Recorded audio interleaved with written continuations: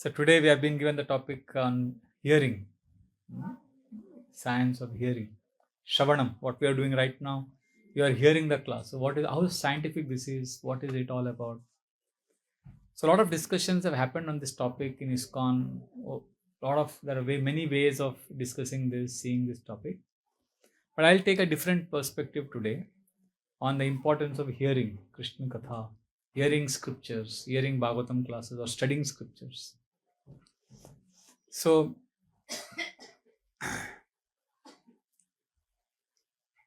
there is one problem many devotees have. They love to hear about Krishna. They love to glorify Krishna. But they also have attraction for nonsense things also. They like to glorify Krishna, but they also like to hear gossip, politics, about the latest scandals of the Bollywood heroes. They know that it's not good for my spiritual life. Some devotees also have some bad habits, but they also like Krishna. And sometimes, although they are sincerely practicing bhakti, they slip. So for such devotees, how hearing is important, how hearing helps, or what they should do, is explained by Lord Krishna in the Uddhava Gita. So there is Bhagavad Gita. Krishna spoke to Arjuna. Similarly, there is Uddhava Gita. Krishna spoke to Uddhav in the 11th canto. So there he explains how hearing is very powerful. What we should do when we are struggling with our lower nature. And so this is a nice verse. You can repeat after me. Jato Shraddha Mat Kathasu Nirvinna Sarva Karmasu Veda Dukkhatmakan Kaman Parityage Panishvara Tato Bhajeta Mam Prita Shraddhalur Drida Nischaya Jushamanascha Tan Kaman Dukkodarkam Shagarrayan. Here Krishna is telling Arjuna what we should do. All of us. These are two very, very powerful verses. Very hope-giving shloka for those devotees who are struggling with their dark side. We all have a dark side, right? We have a good side and also a lower nature. And we are struggling with that lower nature. So for such devotees who are not pure, who are struggling, for them, these two verses are very hope-giving. So first, what is Krishna saying? Jato Shraddha Mat Katasu. Shraddha se meri katha suno. Means hear about me with faith. What you are doing right now? You are having faith in a stranger. You don't know me, but you are hearing from me. So you are practicing this instruction of Krishna. Jato Shraddha Mat Katasu. Hear about me with faith. So congratulations. You are following Krishna. So Krishna says, what will happen if you hear about Krishna Katha? Constantly if you hear, what will happen? Nirvinna Sarva Karmasu. You will start finding material activities disgusting. Listen to this very carefully.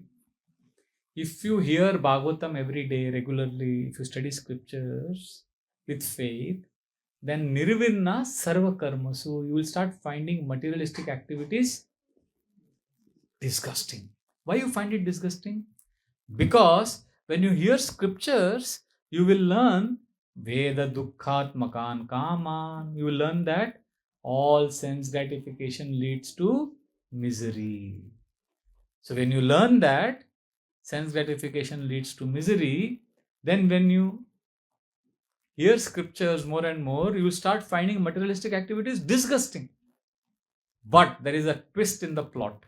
The last line is what is the last line? Parityage Panishvara. These are the devotees who will hear regularly. They will find materialistic activities disgusting. They find it disgusting because they know that it leads to misery. But Parityage Anishvara. They are unable to give up sense gratification. This is the plight of many devotees. They hear Krishna Katha, they understand it is disgusting because they know it gives misery, but they are unable to give up. Parityage Panishvara. So when somebody hears this, they say, oh, this is my story. Krishna is telling about me to Uddhav. Krishna is talking about me. Now, I'll tell you, many devotees in ISKCON, they go through depression. Why? Because of this. They hear the high standards and they understand also it is bad, but they're unable to give up. So they go through what is called as existential crisis and psychological crisis. Existential crisis means, oh, these are very high standards. I should follow it. I am a devotee. I will follow. I should be very nice. I should be humble. We should always say, Hare Krishna Prabhu. I am the servant of your servant. So this is how they externally behave. But inside, that transformation has not happened. So when they are provoked, what happens? Their lower nature comes out. So all the while you are presenting yourself as devotee. But when provocation happens, our non-devotee nature comes out. And suddenly people think, Arey, he was a normal devotee till yesterday. What happened now? Like, we were going in yatra in the bus. All brahmacharis were there. So, they had just joined the ashram, our batch. So one of them was very gentle devotee, always like this. Hare Krishna Prabhu, Hare Krishna, always like this, talking. So in that bus, we were sitting in the yatra, so in Vrindavan, the remote place. So it was very exhausting, tiring, whole day we had been traveling. So while coming back, everybody was sleeping. And we were dozing off. Brahmachari is very exhausted. And the driver suddenly put a brake. And the whole bus shook. And one of the brahmacharis, who we thought was very gentle, soft-spoken, but poor fellow, he had been so exhausted that his real nature came out. He suddenly jumped up. And he realized that the driver had just almost got us into a big accident. So out of so much anger, he started shouting all bad galis to the driver. He started shouting left, right, center. And then after, I think, some 10-15 seconds of shouting, suddenly he realized. He looked at everyone and he realized what he had done. Then very sheepishly, he just sat down and everybody laughed. First of all, everybody was shocked. Then they understood that was existential crisis. We put on a farce. We put on a pretense of being devotee. But when provoked, our real nature comes out. Because we are hearing, we know it is disgusting, we know it all gives misery, but we are unable to give up. So do such people have hope? Oh, this is first crisis, existential crisis. There is also another crisis called psychological crisis. Psychological crisis is devotees, they hear very high philosophy. One has to be a servant of servant, one should always be humble, we should always love everyone. This we hear. But inside, in our heart, there is somebody or something which knows that I am not following this. There is one voice which knows that you are not up to the standard.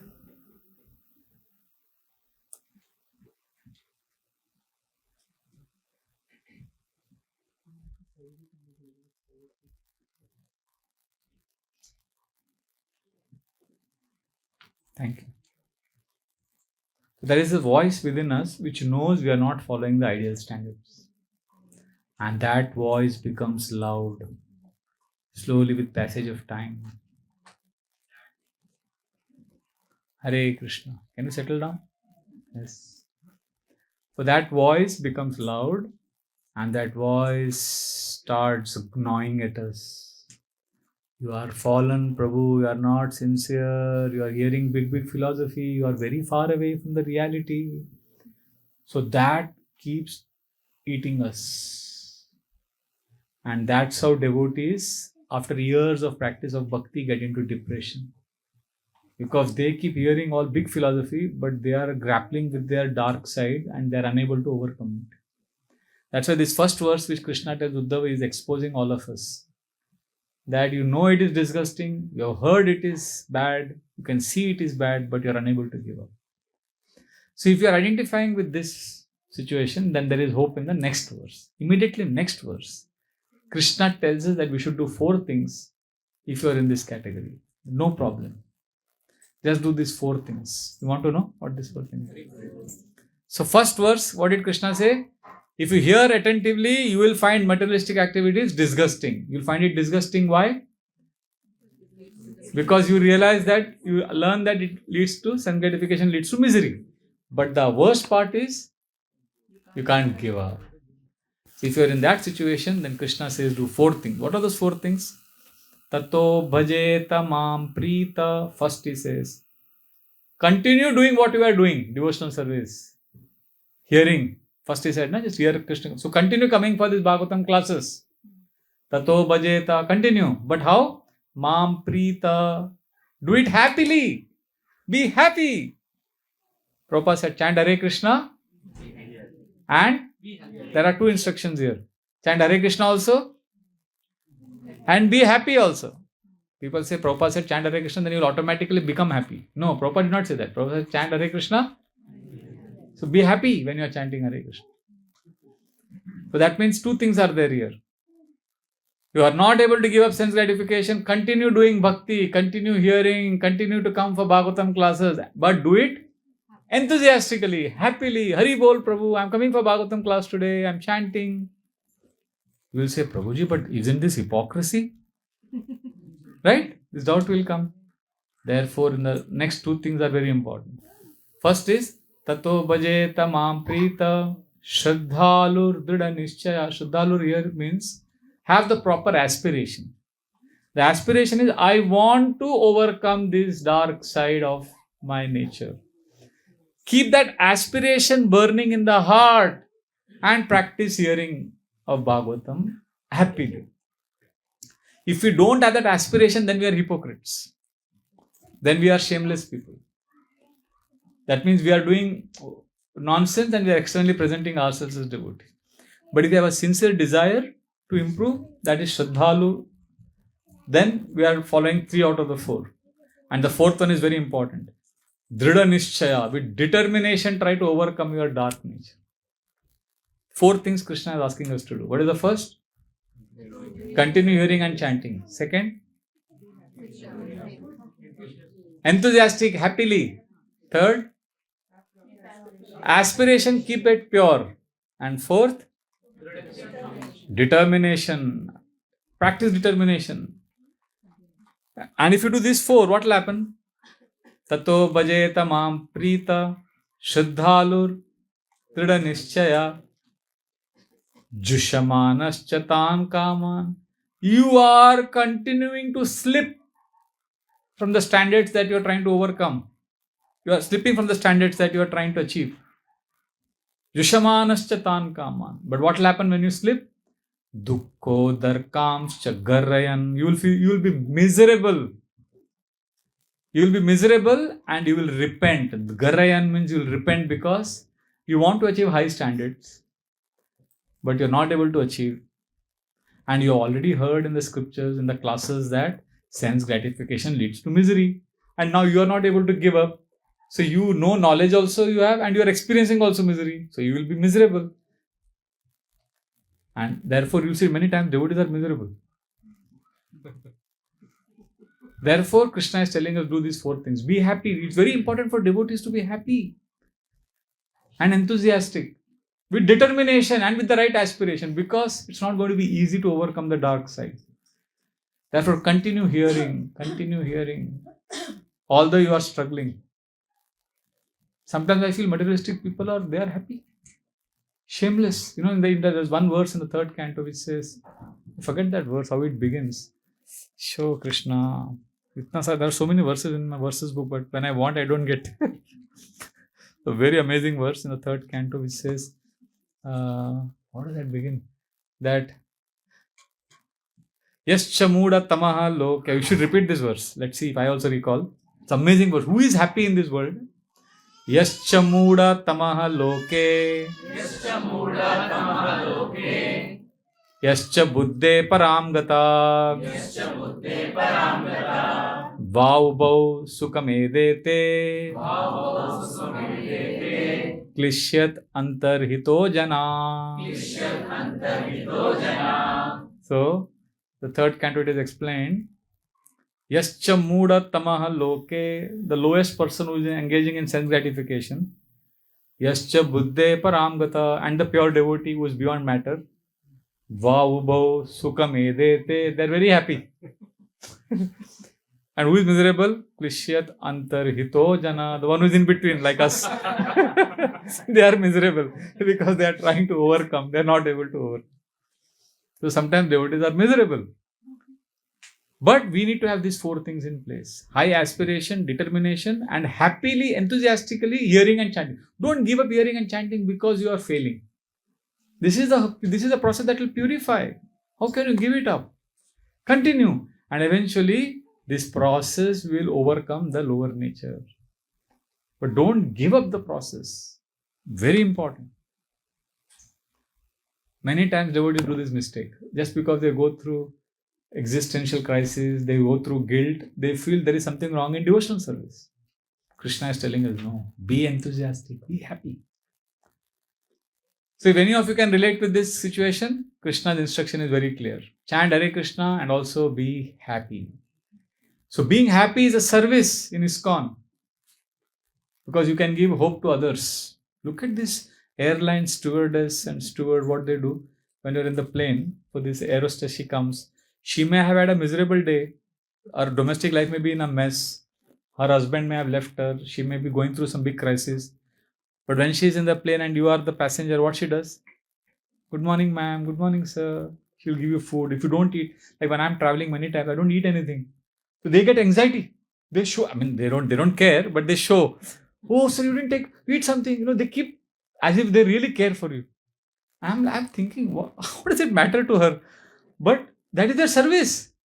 She may be miserable in her life, but they will always smile. So the service they are doing is showing that they are happy, they want to serve.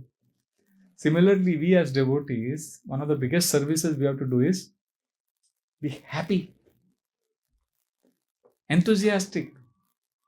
Because dukkho darkam se kar, and we will go through misery because we are hearing scriptures. We will not be happy. That is why we have to choose to be happy. Because philosophy, see, Bhagavatam exposes the sufferings of this material world.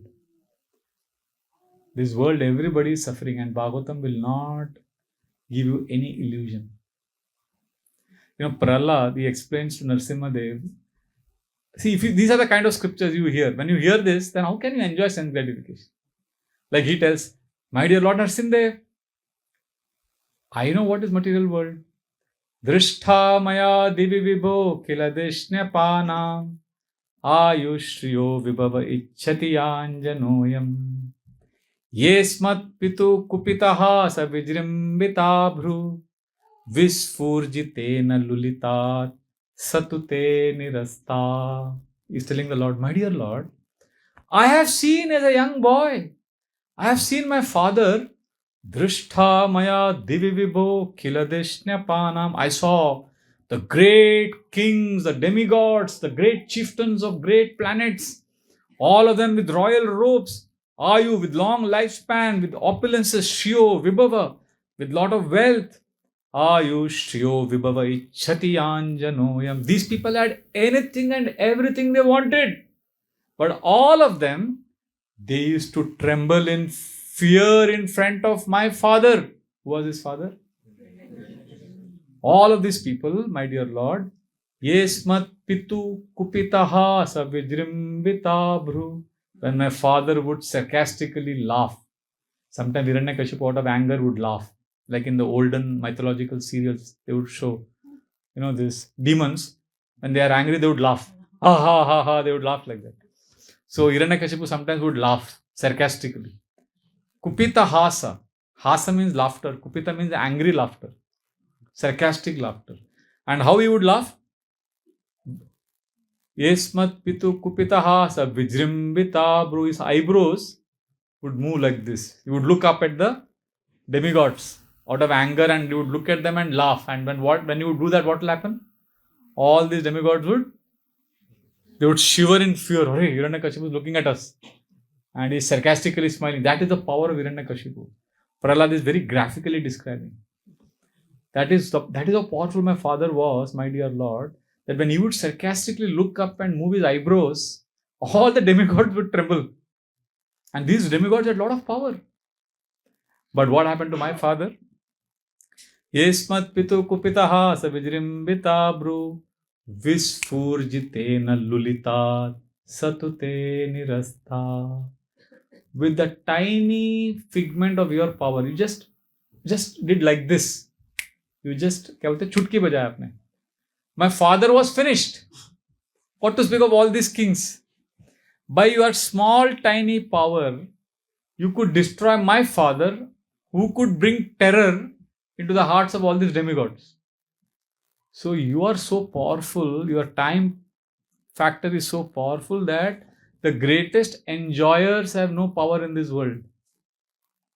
Who are you and me? So if you come for Bhagavatam classes, this is what we will hear. The Bhagavatam in the 12th canto, the end of Bhagavatam, Shukadeva Goswami describes the names of all the great kings who ruled the planet Earth. See, they were not kings of, they were not like president of one country. President of America is considered very powerful. Or Prime Minister of India is considered very powerful. But imagine a president of the whole planet Earth. So these were kings who ruled the whole planet Earth. And their names are given. Some 70-80 names are given by Shukadeva Goswami. And those names, each name, Shukadeva Goswami says, don't just think these are ordinary names. Ye bhu patayo rajan, O king, all these names, each one of them was ruling the planet Earth. Not only they were not simply rulers like for namesake. Like nowadays, presidents, many of them, they don't have any power. They are very weak. But for namesake, they are president. But he says, no. Ye bhu patayo rajan bunjate bhuvamo jasa. They were enjoying a lot. They had a lot of power, sensual power. But what happened? Kale nate krita sarve. By the power of time, kata matra, kata sucha. They have simply become names in history books. These are emperors who rule the planet Earth. Shukadeva Goswami says today they are simply names in history books. That is how powerful time is. We will all be destroyed. So if you come for Bhagavatam classes, this is what you will hear. So therefore, Prahlad Maharaj tells my Lord Narasimhadev that, my dear Lord, people are so foolish. They keep asking for blessings. Give me blessings, blessings. All these blessings are stupid because these blessings will go away with the body. Kutra shisha shruti sukha mrigatrishni rupa kvedam kalevaram ashesha rujan viroha nirvidyate natu jano yadapiti vidvan kamanalam madulavai shamayan durape. Prahlad Maharaj, one of the most beautiful verses. He says, my dear Lord, kutra shisha, ashish means blessings. Kutra shisha, what kind of blessings people say, Prabhuji, please give me blessings, blessings. They are stupid people. Kutra shisha shruti sukha, because the happiness they are looking for is mrigatrishni rupa. It is like looking for a mirage. You know what is a mirage? In a desert, there appears to be water, but it is no water. So a deer or an animal runs into that mirage and jumps into the sand and starts getting burnt. But the animal thinks it is water. Similarly, we dive into sense gratification thinking it will give me happiness, but it is a mirage. It gives us more burning. So Prahlad is telling the Lord, my dear Lord, these people are foolish. Kutra shisha shruti sukha mrigatrishni rupa. Why it is mirage? Because the first misery comes from this body itself. Kvedam kalevaram ashesha rujan viroha. Ashesha rujan. Unlimited diseases come just from this body. This body itself will give you misery. What to speak of other people, your neighbors, your office people, then Adi Devik, thunderstorm, cold. So many miseries are coming. But the first misery comes from this body itself, which is such an embarrassment for all of us. This body is called as a city of 9 gates. The 9 holes in the body emit such obnoxious substances that it gives us so much embarrassment, so many diseases. So how can people be so foolish? Prahlad is saying. Therefore, nirividyate natu jano yadapi iti vidvan. Those who are really intelligent, they will never seek blessings for this body and they will never give blessings for this body. And if you say, no, but I want blessings, I want to be happy, then they are Kamanalam Madhulave Shamayandurape. They are like a person who is burning in fire and there is fire below him, and Madhulave, and he's put his tongue out because one drop of honey is falling on the tongue and he's saying, this is so nice. But there is fire burning below, but for that one drop of honey, he is willing to suffer that fire. So like this, basically you got the mood, right? The Bhagavatam, how graphically it is describing. So if you attend Bhagavatam class, you will hear 3rd canto verse, 12th canto verse, which I just now quoted, or 7th canto. So when you keep hearing all of this, what will happen when you regularly hear these classes? Material life is bad, suffering, disgusting, but you're not able to give up, so you're miserable. So you will become more miserable than the materialistic people. That's why Krishna, understanding this predicament that you will be in, he says, be happy. Choose to be happy. But don't be shameless. Have the right aspiration. And practice devotional service.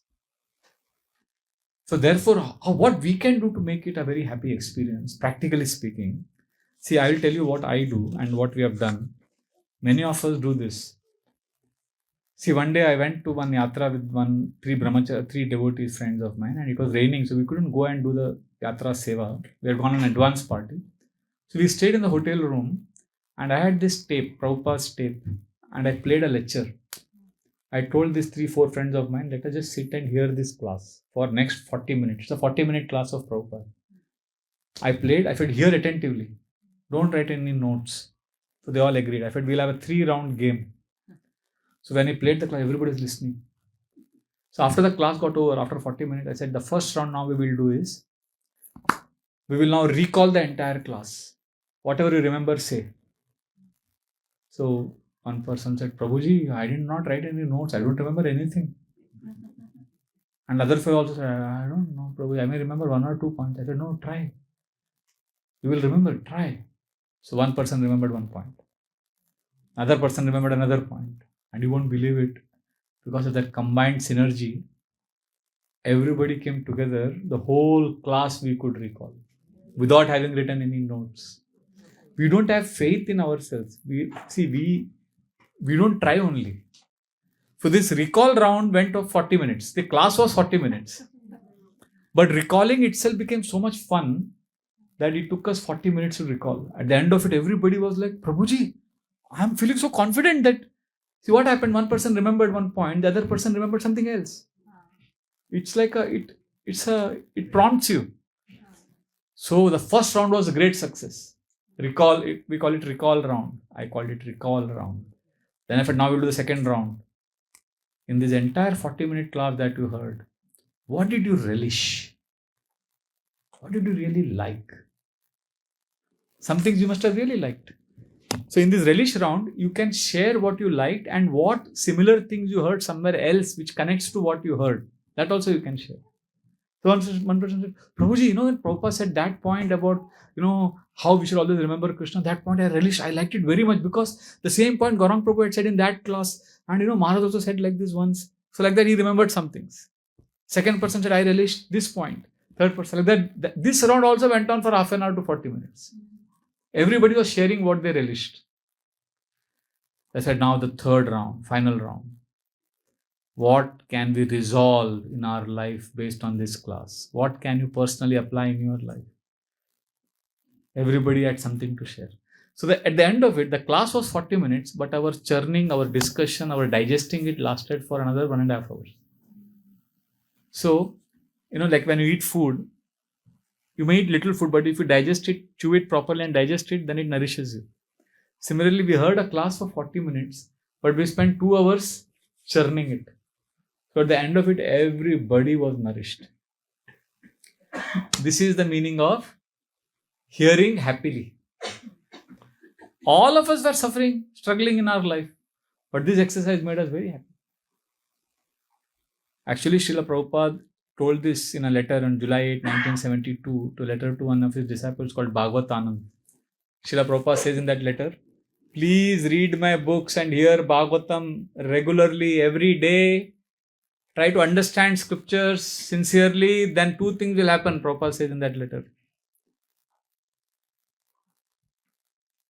First he says, all the problems created by your mind will go away.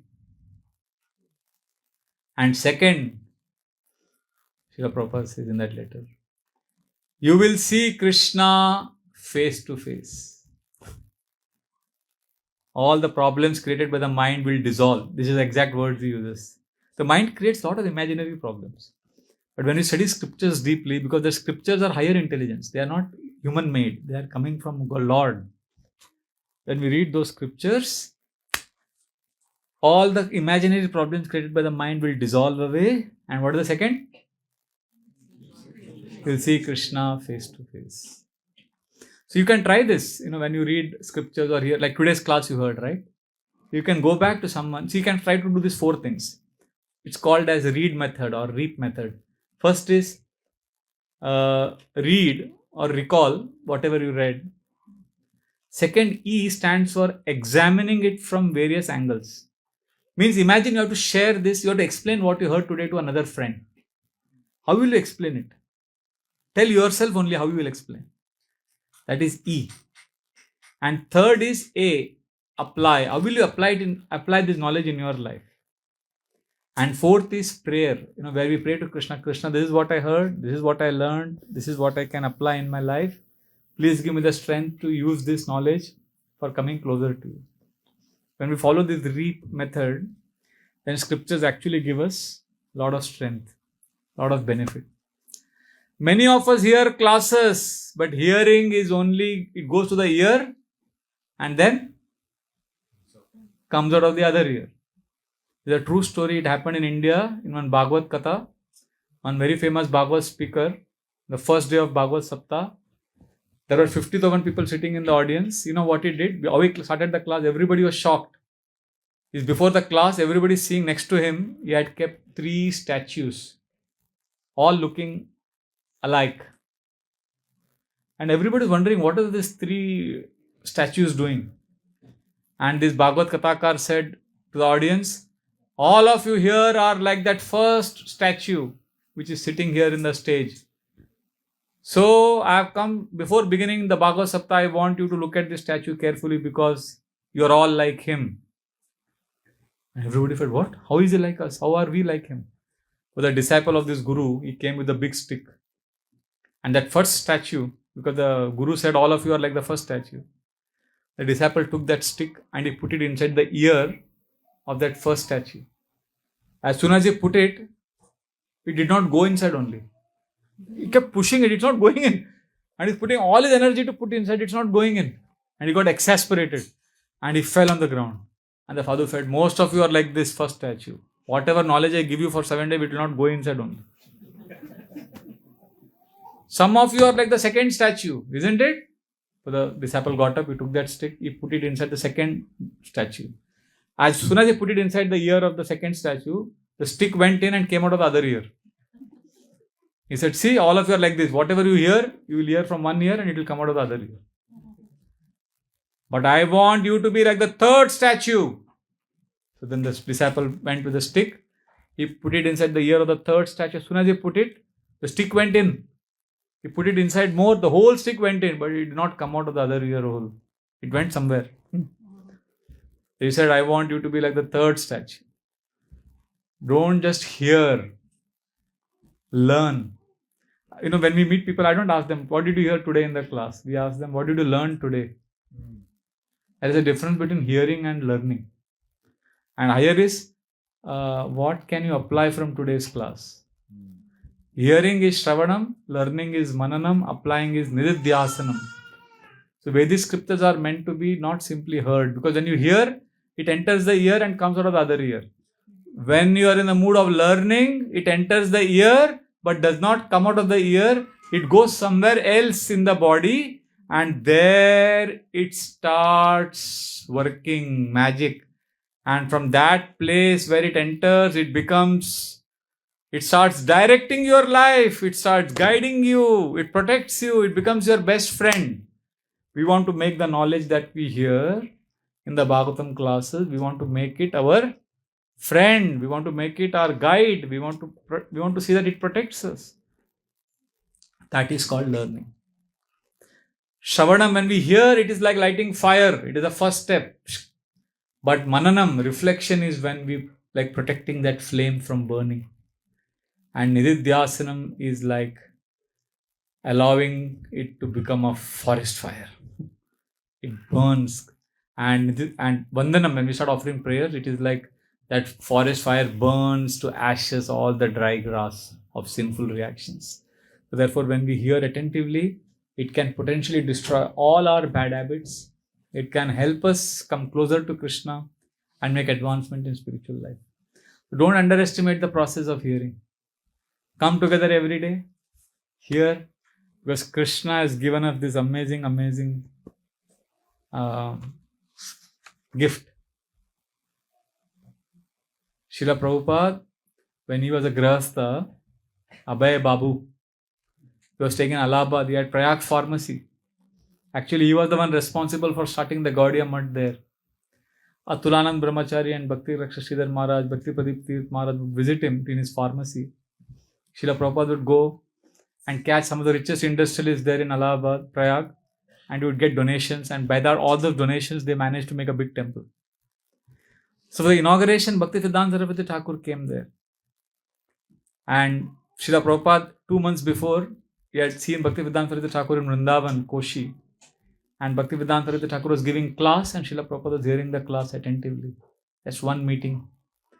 And 2 months later, here in Allahabad, when the initiation was about to happen, Atulanand Brahmachari was introducing Abhay Babu to Bhakti Siddhanta Saraswati Thakur, and he said, Bhakti Siddhanta Saraswati Thakur Prabhupada, this is Abhay Babu, one of our Grahastha devotee. Who is Abhay Babu? Srila Prabhupada. Abhay Babu, he's got a lot of donations. He's the one who made this temple. He's very big Bapuji, very big man. He wants to take initiation tomorrow. But generally when a big donor comes, big person comes, they are like, we want to give him attention. Bhaktivedanta Thakur immediately said, yes, I know him. He loves to hear. He does not go away. I will give him initiation. Bhaktivedanta Thakur did not say that, yes, I know him, he's a big donor. Pakdo, pakra, mila humko. Catch him, I want him. No, he said he loves to hear. The qualification of a sincere devotee was one who loves to hear. So this is our hope. This is what we need to do. Yes, you may be getting beaten by the material energy. You may be getting kicked, bruised, battered. But don't give up this Sangha. Come together. Come to temple. Hear Bhagavatam class. Celebrate Krishna's glories. Be happy in your practices. Then the process of recall, relish and resolve, or hearing, learning, applying in our life will give us the strength to overcome our lower nature. That's why Krishna says, sometimes, like Rupa Goswami said this, that what is a bad day in your life? Look at the irony, the poetic irony. This verse, I'll tell you the context of this verse. In 2020, I was staying with my mother in Udupi, in a South Indian town, and my mother was very sick. And it's a long story. Finally, one day, I went through a lot of experiences in those 8 months to 1 year. And one day, there was a cyclone, a storm, and our ancestral house fell in front of my own eyes. It actually collapsed. And the caretaker and her son, it's like a movie, just like in a movie how they show dramatic. They're just saying, truth is stranger than fiction. So that was a dramatic midnight, we are running, the water is up to the neck, and I'm in anxiety. I don't know what's going to happen now. So I had to take my bag which had money and a few things, and then the caretaker is in the next house, the ancestral house. I get her out with her son, and just as you come out in neck deep water, it's completely pitch dark. There are snakes nearby, there's mess. And then we come out of the wall and we cross, and then we are safe. And just at that moment, that house collapses. And it's like, so it's an ancestral house. My mother was born there. All the 3 brothers were born there. It's like ancestral was very dear to us. And in front of our eyes, the house collapses. And anyway, a lot of drama. And we survived. And next day, then, we had to take help from the neighbors and all that. Anyway, so everything, all's well that ends well. But that day was such a miserable day. We are unsure of what will happen next. Meanwhile, I am a brahmachari in Mumbai temple, but I'm staying in a village town. So a lot of anxiety. And that day evening, when everything was kind of settled, not settled, but we were sorting out. I was staying in a hotel lodge. I had taken a room in this town. For 3 weeks, I had to stay in a hotel because the house had fallen. So that time I was staying, and then I sat down, relaxed, and I took out my verses book. And lo and behold, I get this verse from Rupa Goswami. So it's like I felt Krishna was telling me that this is Krishna telling me that what is a bad day in one's life and what is a good day. So what is a bad day? And when I read this, I was like, wow, now I know what I should do whole life. Very beautiful verse. Please repeat after me and then we'll have questions. So Durdinam means bad day. What is a bad day? Rupa Goswami says, Yaddinam Durdinam Manye Megachadam na Durdinam Yaddinam Krishna Samlapa Kata Piyusha Varjitam. He says, what is a bad day? Yaddinam Durdinam Manne. That day is a horrible day. Not that day when Megachadam na Durdinam. When the clouds gather and create a thunderstorm. That is not a bad day. Yaddinam Krishna Samlapa. That day when Krishna is not glorified. Katha Piyusha Varjitam. The day you are deprived of the nectar of Krishna Katha. That is a horrible day. And I get to read this verse exactly on the day when the clouds created a thunderstorm. And I started laughing. I said, what an occasion to get a verse. So anyway, like this, our acharyas, our scriptures have told us that let us glorify Krishna because this world is nasty. However much you plan and do things proper, सबका band बजने वाला है ना? बज रहा है.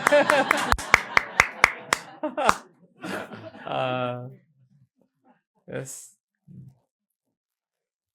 Thank you. So I'll pause here. We can take some questions or comments regarding today. So to summarize, we spoke about this verse from Uddhav Gita where Krishna says that if devotees who hear attentively what will happen to them, they'll understand material world is miserable, full of suffering, and they'll find materialistic activities disgusting, but they are unable to give up. So if that is the situation, what are the 4 things you need to do? Continue Shravanam happily with aspiration of wanting to overcome our bad nature and determination. If we do that, then we will be successful in our devotional service. And then we discuss prayers of Prahlad Maharaj from verses from 12th canto, from 3rd canto. When we read all this, hear all this, we understand how material sense gratification is miserable. And then we discussed, what else we discussed? Yeah, the method of how to hear, recall, relish and resolve, or reap method. Read, examine it from different angles, learn how to apply it in your life, and then offer prayers. And then I discussed a quotation of Srila Prabhupada's letter to Bhagavatananda where Prabhupada says 2 things will happen if you study scriptures regularly. What is the first? 2 benefits Srila Prabhupada said will happen if you study scriptures regularly. Imagine all the problems imagined by the mind will dissolve. And second, you will see Krishna face to face. So, and then we ended by saying what is a bad day in our life? Not when there is a thunderstorm, not when India loses a cricket match. A bad day is when we are deprived of Krishna Katha. Thank you very much. Hare Krishna. We can have some comments or questions now. Can you give the verse numbers for the Krishna Uddhava Gita, those 2 verses which you mentioned? Yes, you can write them down. 11th canto, 20th chapter, 20. Verses 27 and 28.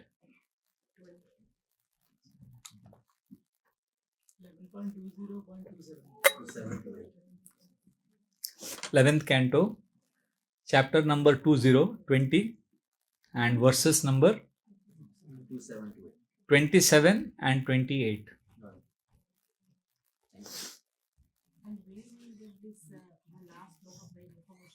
Yeah, I got it. I don't know from where, but it's Rupa Goswami's verse. It is there on it. I think I heard it in Gaurang Prabhu's class one day, and then I wrote it down. And then years later, like when I was in that, when my house was falling, that day I got this verse again. So, but it is Rupa Goswami's verse. I confirmed with Gaurang Prabhu, but I don't know exactly which chapter, which book, but it is there. Yeah. This is my shloka book. I have been writing verses. I write whenever I read, memorize something. I write every day. I write one, or once in 2-3 days I write something. Then I memorize. Then I memorize, and then I go back. I realize I've forgotten this. Then I again read it. So like whatever I like. See, everything cannot be system. 16 rounds anyway is a system. We have to follow. Other things I have kept spontaneous. So whatever I like this is Rupa Goswami's verse. Next verse is Chaitanya Charitamrita. Something is from Bhagavatam. Like that. Whatever.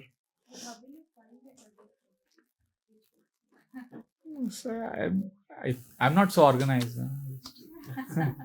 Yes, I like whatever I like. I read and I remember. As I'm talking to you, there is a beautiful verse I got, which says, "Where is nectar?" We all want nectar. We all want to live forever. We want to be happy. Where is nectar? Bhagavatam says. Not Bhagavatam. This is in one of the scriptures. Amarendra Prabhu gave me this verse. So where is nectar available? See, person who is suffering, he wants nectar. Amrit. To survive. Where is nectar available? So the verse says, there are 5 places where people say there is nectar. Abdo vido vadumukhe faninam nivasa swarge sudha vasati vai vibudha vadanti ksharam kshayam patimritam garalam patantam kanthe sudha vasati vai bhagavad jananam. So the verse says there are 5 places people say there is nectar. Abdo means ocean. In the ocean, people say there is nectar because there was churning of the ocean and nectar came out. In the 8th canto, you know that story. So they say Samudra Manthan pastime. So if the ocean is churned, maybe nectar will come. Abdo, Vido. Some people say no, Vido means the moon. There is nectar in the moon. Because, the moon, nectar drops fall. That nectar drops fall, and Lord Shiva, we have this garland of skulls, you know that? The nectar drop fell on those skulls, and that skulls got life. So Lord Shiva was dancing in joy in some pastime, Krishna killing demons. But when the nectar fell from the moon, because Lord Shiva has Chandra on his jata. So from that jata, when nectar fell on the skulls, those skulls got life. And they became alive, and they started jumping and dancing along with Lord Shiva.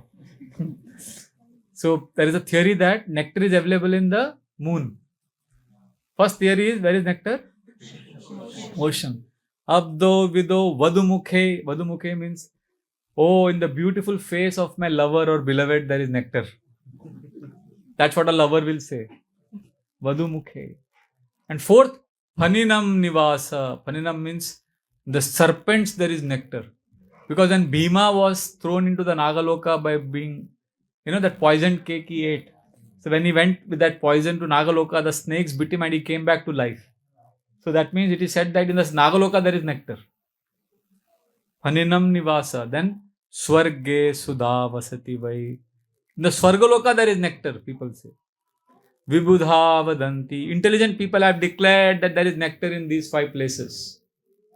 But I disagree. Because Ksharam kshayam patimritam garalam patantam. Ksharam means there is salt. If ocean has nectar, why there is so much salt in ocean? Kshayam means the moon. If there is nectar in the moon, why does the moon become Amavasya? Why does that dark moon come? Why does the moon get Kshayam? That means there is no nectar in the moon. Ksharam kshayam patimritam. Okay, there is nectar. What is the third place where there is nectar? The lover's face. Then how come that lover becomes old, ugly? How come death comes?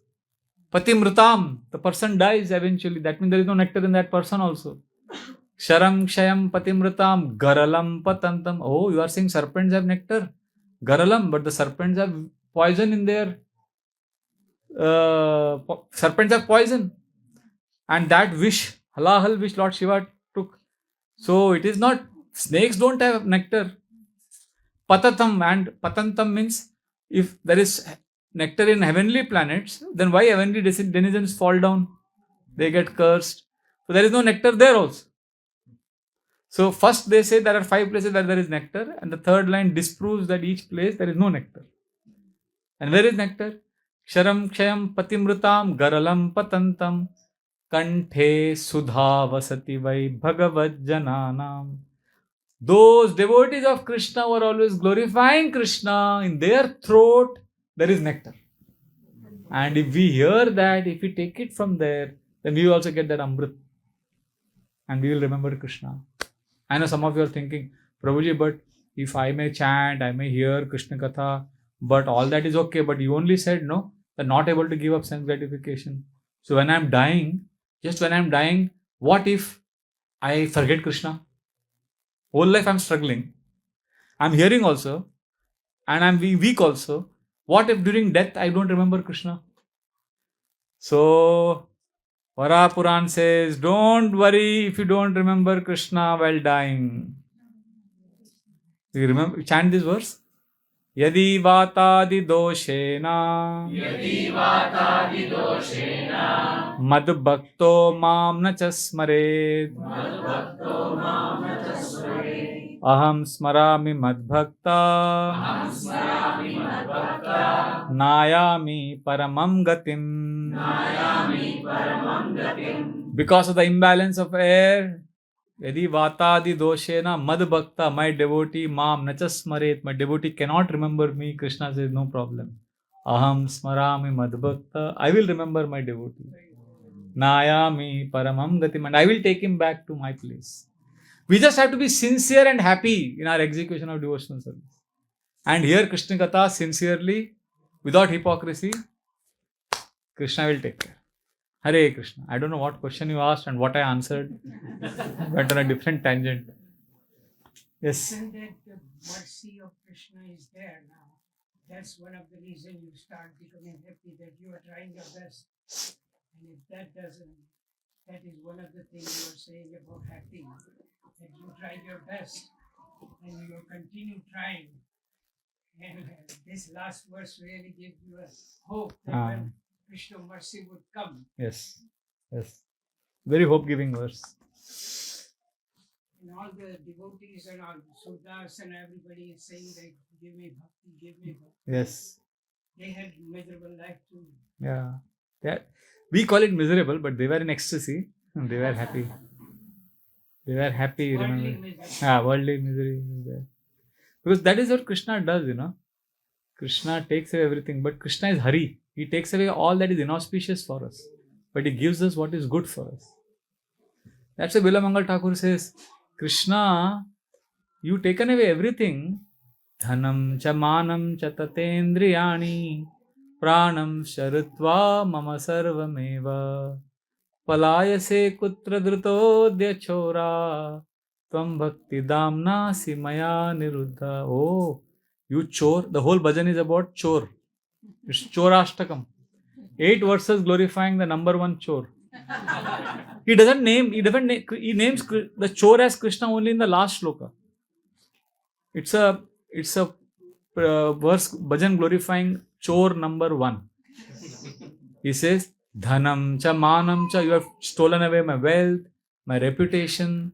Dhanam cha manam cha tatendriyani, my sensual powers. Pranam sharutva mama sarvameva. Everything that I have, you have taken away, Krishna. But where will you run away after stealing all of this? Palayase kutra drutodya chora. Oh thief, where will you run away? Because I have thrown the rope of bhakti. Tvam bhakti damna simaya niruddha. I have stopped you by the rope of bhakti that I have thrown and I have tied you. You may think, oh, on the one hand you are saying is a great thief who can steal away your wealth, your reputation, and now some tiny rope you will tie him. Krishna, can't he break off any rope? Yes. The next verse he says, Chinatsi ghoram yamapasha bandam bhinatsi bhimam bhavapasha bandam Chinatsi sarvasva samasta bandam naivatmana bhakta kritam tu bandam. He says, yes, you are so powerful that Yamapasha bandam, you can break the rope of Yamaraj. Chinatsi ghoram Yamapasha bandam Chinatsi bhimam bhavapasha. You can break the rope of materialistic lifestyle. Chinatsi sarvasva samasta bandam. You can break the rope of all attachments. But Naivatmana bhakta kritam tu bandam. But you cannot break the rope that a devotee ties you with. Love. So yes, all these devotees were in one sense deprived, suffering, but they had captured Krishna. So it was worth it, what they went through. In fact, Bilamangal Thakur went blind. It's a long story, we'll not discuss that story. So Bilamangal Thakur has written this bhajan. You know what happened to him in the last stage? So last days he was blind and he was going to Vrindavan. And Krishna was captured by his love. So Krishna as a young boy came in front of Bilamangal Thakur and started playing with him. Oh Babaji, where are you going? So Bilamangal Thakur heard the voice of this child. He's blind, huh? And hearing that voice, he said, this is not an ordinary child. This child's voice is completely charming my heart. He said, oh Lala, who are you? So Krishna, who is in the disguise, he says, Babaji, I am a simple boy from Vrindavan. I am going home. Are you also going to Vrindavan? Can I accompany you?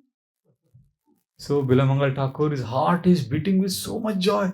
He says, yes, yes, Lala, you come with me. I will take you to Vrindavan. Hold my hand. Don't leave me. I will take you.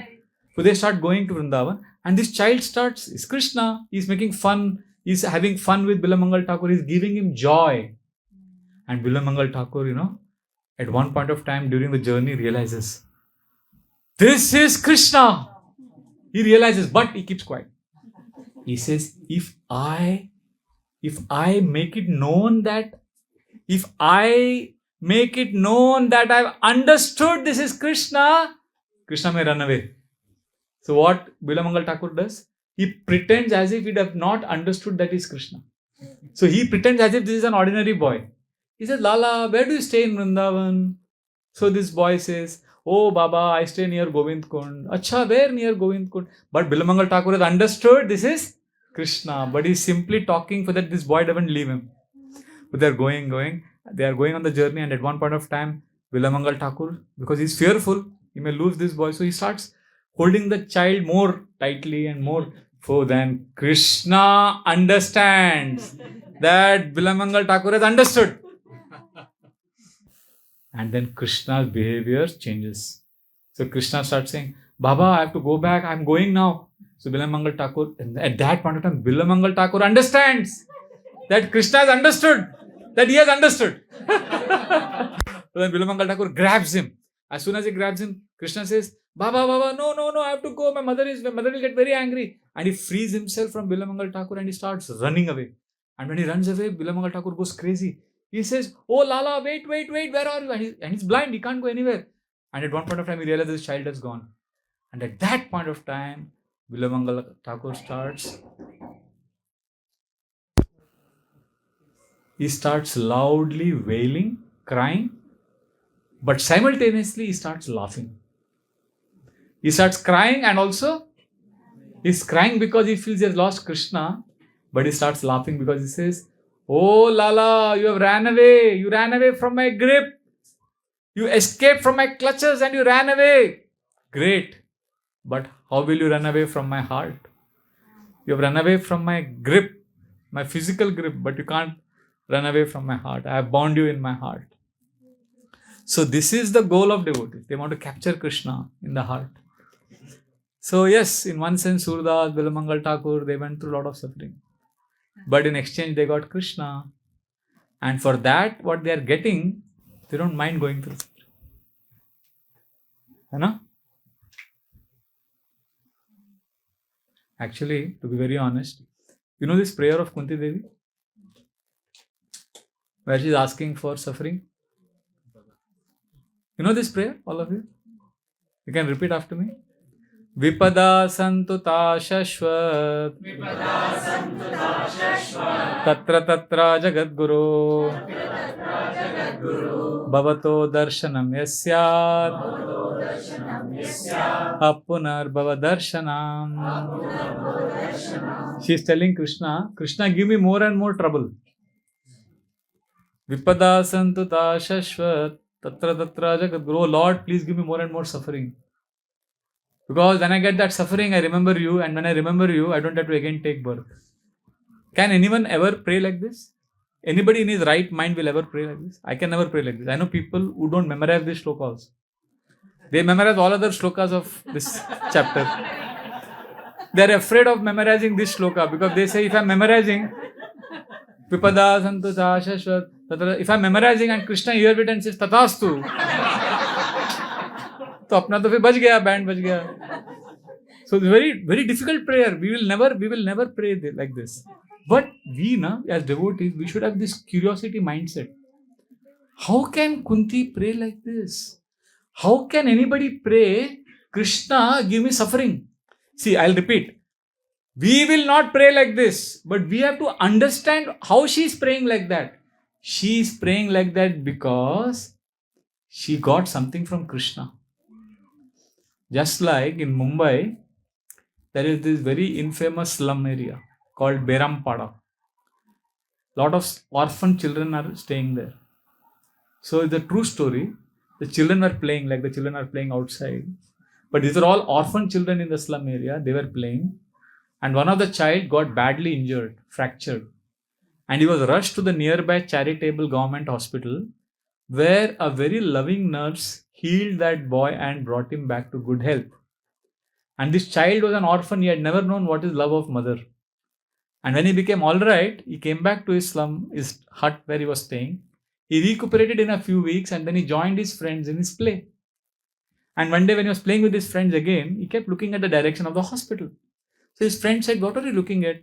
He said, I wish I go through that accident again. You think he wants to go through that accident again? Is that what his real desire is? What is his real desire? He knows that when he went, see, that pain was excruciating when he went through that. But because of that pain, he got love of that nurse. So he's remembering that love and he's feeling that to get that love, I don't mind going through that fracture again because that love was so much. So he doesn't want that fracture, he doesn't want that pain. But if I can get that, then this is worth it. So that's why when Kunti Devi says, Krishna, I want suffering, she doesn't want suffering. Because what suffering she went through, no mother will want. What is the ultimate suffering a mother can face? Seeing two of her sons trying to kill each other. Karna and Arjuna are trying to kill each other. What can be greater pain for a mother? She has gone through such kind of suffering. So she doesn't want suffering. But there is something that Krishna gives which I and you don't know. For us it is all theory right now. But Kunti Devi has got it. Like that child who got that love of that nurse. So we have to appreciate that and worship that. Not imitate. Don't pray like this for trouble. All of us have got enough. I know one devotee was saying, hey, खुदा क्या मुझे खुशी दे के आजमा ले मुझे क्योंकि तेरे गमों से तो मैं मरा नहीं. You have given me so much suffering and I have not died. So now at least give me happiness. So life is full of suffering. We don't want to pray for suffering. But at least we can appreciate that there is something that Krishna gives. That love. So, and that we will get. The first step is hearing Bhagavatam. Yeah. Hare Krishna. Yes. Rasika.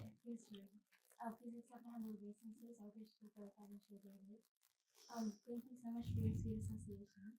My question was, how can we give ourselves something Krishna conscious to look forward to, so that we don't fall into those thoughts that, like, oh, material is so depressing, and, those thoughts that come. So how can we give ourselves, like, something spiritual to look forward to so we don't fall into those thoughts? You don't fall into what thoughts? Like, that material world is so depressing, there's so much suffering. I mean, that's true, but, like, I didn't mean Yeah. So you are right. If you keep saying material world is suffering, disgusting, so that disgust is also another side of the opposite side of the same coin. See, that repulsion is a side of attachment only. Somebody says Maya is disgusting, Maya is disgusting. He's saying Maya only. And what we keep saying, no, no, no. If you say no to Maya, no to Maya, no to Maya, then no goes away, Maya remains. So I'm really glad you said this actually. So our goal is not to get disgusted with material world. I'm very glad you said this. But what happens, when giving classes and studying scriptures, we have to highlight the importance, we say this. But ultimately, we don't want to get disgusted with Maya. We want to transcend it. Means instead of throwing away material energy, we want to release material energy. Which means, we look at Krishna more than saying no to Maya.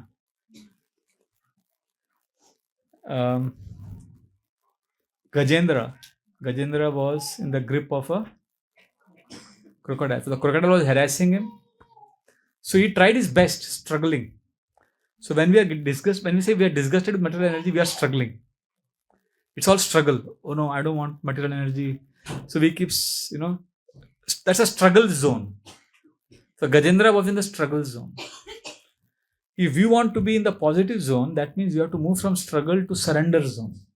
So Gajendra was struggling against the crocodile. At one point of time, he realized, I cannot struggle. So he gave up the struggle and he removed that lotus and he surrendered to Krishna. Yonta sara surubalena grihita artha drishtva garutmati harim khaupata chakram utkshipya sambujakaram giramaha krichran narayana akhila guru bhagavan namaste. So he struggled for years, thousands of years. He said, Abhi, struggle, I'm giving up the struggle. All of you are struggling. So at some point of time in your sadhana, in your japa, you need to give up the struggle. Give up the struggle at some point of time and say, Krishna, I am yours. I give up the struggle. I am yours, Krishna. Just like Gajendra took that rose. Utkshipya sam bhujakaram giramaha Krishna. With all his might, he said, Krishna, I offer this to you. We need to tell Krishna at some point of time, Krishna, I am yours. And that's when you move from disgust of material world to the joy of spiritual life. Unfortunately, we are living in one of the two worlds, either sense gratification in the mental world or struggle in the mental world. But there is a third, better place than sense gratification and struggle, and that is called surrender. So chariot, chariot, I'll end with this. Chariot, you're sitting on a chariot and the sense gratification zone is like the horses are running wild and you are in the chariot sleeping and the horses are going wild. That is sense gratification zone. Then you become a Hare Krishna devotee. Then you come to the second zone, which is struggle zone, where you are trying to hold the horses and trying to control your life. How to improve chanting, give me 4 techniques, give me 5 points, sadhana card every day, control. That is like horses. And after 20, 15, 20, 30 years of bhakti, you realize, I can't control this chariot. I'm trying so hard. So then you say what? Krishna, I give up. But this time, not like the first time. First time what happened? The horses were going on their own. Second time what happened? You were controlling the horses. Third time what happens? You give up the control, but the horses are not going on their own. You are telling, Krishna, you please take charge. And Krishna takes charge of the chariot. That is surrender zone. For this third zone and the first zone, they look alike. In the first, also you are not doing anything, but the mind is going wild. In the third, also you are not doing anything, but Krishna has taken charge. So first and third look same. Therefore, you have to go through the second zone. You have to go through struggle. Some of you here who have struggled a lot, you are in a good position to come to third phase. If you have not struggled, then you better jump from first zone to second zone. You can't directly jump from first to third. You can't bypass struggle. Understand what I'm saying? So yes, material world is disgusting, but if you want to not be disgusting mood, then come to surrender zone. Tell Krishna, Krishna, I love you. Krishna, I give up the struggle, I am yours. And let Krishna take charge. Okay? Actually the whole thing I mentioned in this book, this is called as heart space. The third section of this book is all about how we develop the heart space, how we allow. I've explained with quadrants, with examples, how there are 4 quadrants in our inner world, how to live in the surrender space, how to surrender to Krishna, how to allow Krishna to handle the chariot of our life. All that I mentioned in this book. There are a few copies left. If you're interested, you can take from Kadam Kanan Prabhu. Hare Krishna. Small question. You can, but I don't know how long we can. Maybe the last question we'll take. I think we'll end after this. Yes. We can keep going. It's up to you. No. Thank you for This is your. an ocean that I don't think we can never get enough of. Thank you, Prabhu, for kind words. We'll take one last question then, because tomorrow morning also I have a class in the temple. Yes. So thank you for nice explanations and quoting so many wonderful Unitarian verses. So one question I have is, sometimes we devotees have this victim mentality. Yes. Every time we claim, oh, I'm victim, or we kind of give some excuse for why I'm not able to do that. So I'm too busy at work, so much of family problem, so these health problem, this, that. So always we are trying to put ourselves as a victim, giving as a reason why I'm not able to do. Correct. So how to overcome that victim mentality? Yeah. Actually, it cannot be overcome by some technique. Only when the why is strong, you can overcome it. Our problem is in ISKCON, we always look for how answers, how to overcome this, how to become sincere, how to improve chanting. She also asked how to overcome the disgust mentality. You see, all questions are related to how to do this, how to improve chanting. All the answers you get for how are not going to work, because ultimately it is the speaker's answer. You have to go on your own journey. But if your why is strong, if your answer to why is strong, then how will automatically you'll get the answer for how. Like why I want to improve chanting, if that is clear to me, then how to improve chanting will automatically come. My problem is I have not answered why very strongly, and then I keep asking for how. Prabhuji, how to improve chanting?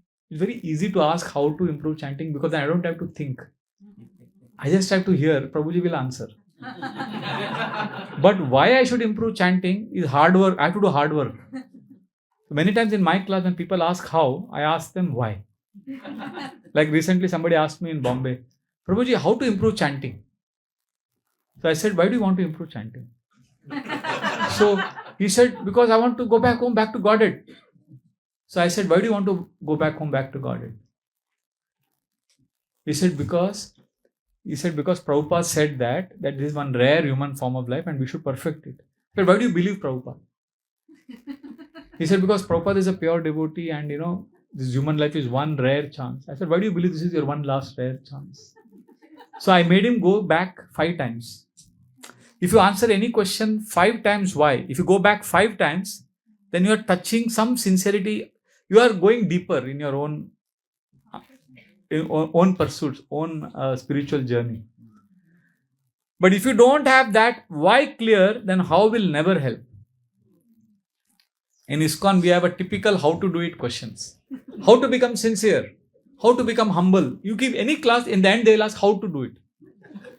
So Niranjan, His Holiness Srila Niranjan Swami Maharaj says, ISKCON has typical how to do it questions.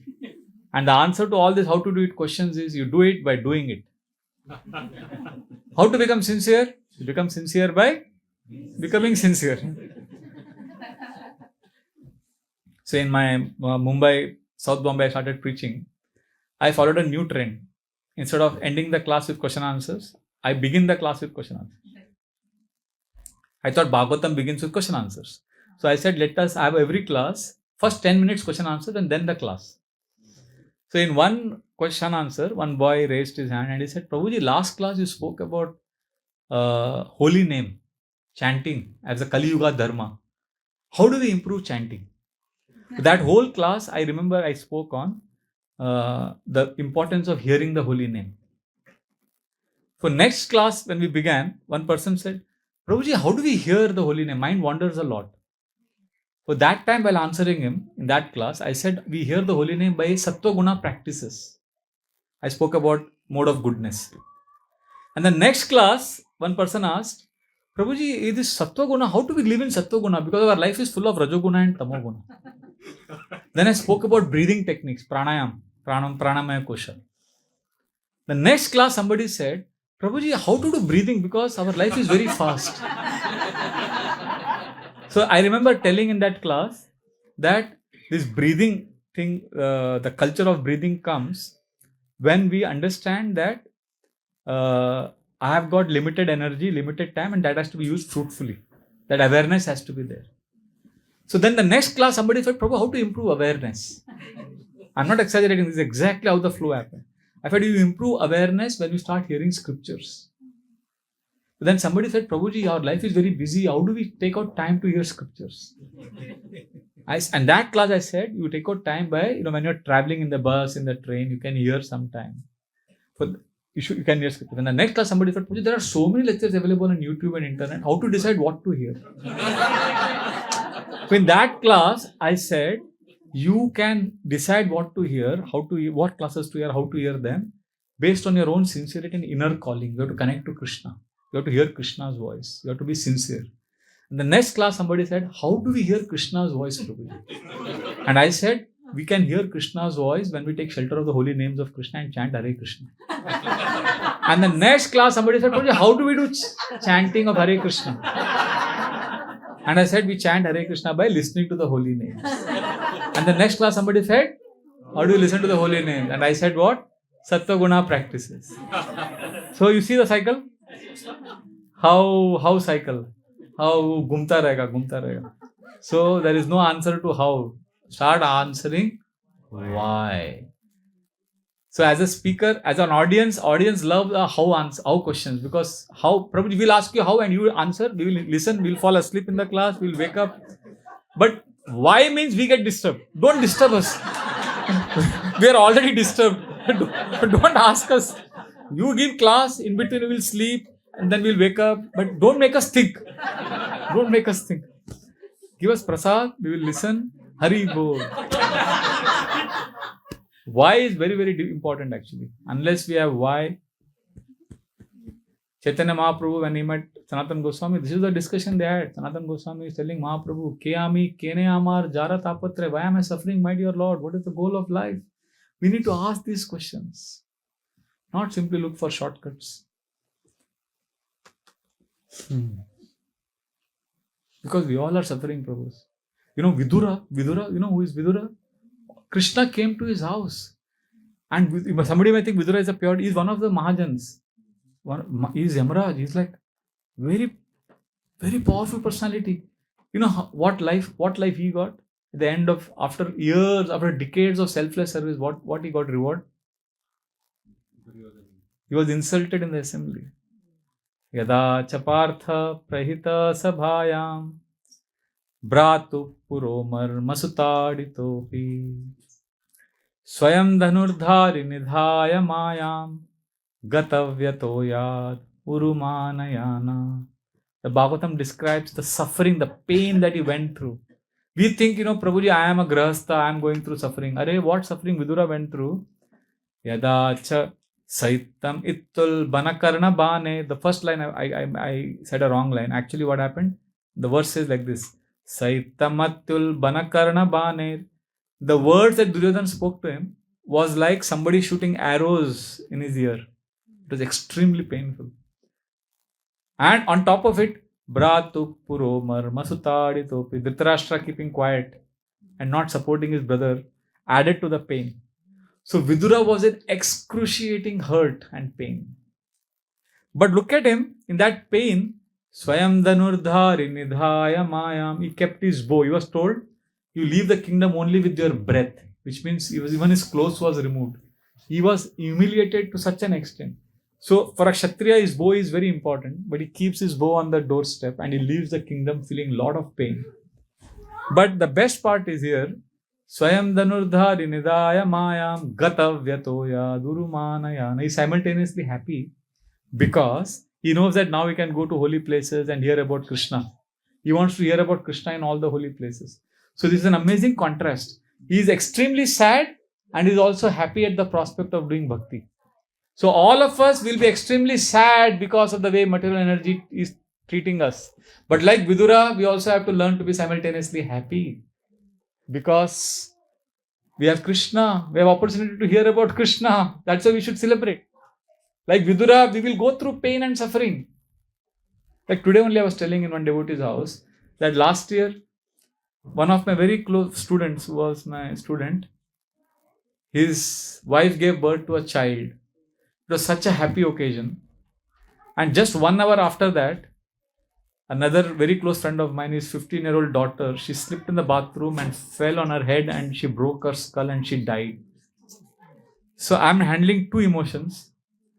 A young 15-year-old girl I was attached to as my own daughter, she dies a shocking death. And another student of mine, they have a happy occasion, a child is born. How do you handle? This is how material world is, right? Kabhi kushi, mostly gum. Not kabhi gum. मुस्कुराओ क्या गम है, जिंदगी में tension किसको कम है, अच्छा बुरा तो केवल भ्रम है, जिंदगी का नाम ही कभी खुशी मोस्टली गम है. That is how life is. It's always suffering. Always suffering. So we have to learn to be like Vidura. We'll go through pain. Our near and dear ones will hurt us. People will misunderstand us. Yes, that pain is real. But like Kunti, we can try to connect to Krishna's love. And meanwhile, celebrate the fact that we can hear Krishna Katha. The fact that you could hear Bhagavatam today, celebrate that. Don't keep crying, Arey, mera life mein ye chal raha hai, wo chal raha hai. Remember that airline stewardess. We are also in a service industry. We want to serve devotees. So, we have to, I say always, जहर मरने के लिए थोड़ा सा, पर जिंदा रहने के लिए बहुत पीना पड़ता है. Poison, you just need little to die. So in this world, to live, to be happy, requires a lot of. It's tough. Even Vidura was not spared. Even Krishna was misunderstood. Yada chapartha prahita sabhayam jagat guru yani jagada Krishna natani pumsam amritanayani rajoru mene ksatapunya lesha. The Bhagavatam describes Krishna goes as a minister on behalf of Pandavas. Yada chapartha, Arjuna tells him, Krishna, go to the sabha, prahita sabhayam. And who is going as minister? Jagat Guru, Yani Jagada Krishna. Krishna, the Supreme Lord, is going as a humble servant. And how is he treated? Natani Pumsam Amritanayani. Bhishma and Drona find it Amrit, nectar that Krishna is speaking. But many of the other people, Rajoru Mene Ksatapunya Lesha, they were impious. They thought Krishna is their enemy. Even Krishna is misunderstood. Who are you and me? You are saying, Prabhuji, I am misunderstood. Nobody understands my heart, intention. Krishna is not understood in this world. So that is the way this world is. Okay, we'll stop here. And once again, my sincere gratitude to all of you for giving me an opportunity to do pure Krishna Katha today. And please come together and have good association. Sankirtan. Srila Prabhupada ki jai. Thank you very much. Hare Krishna.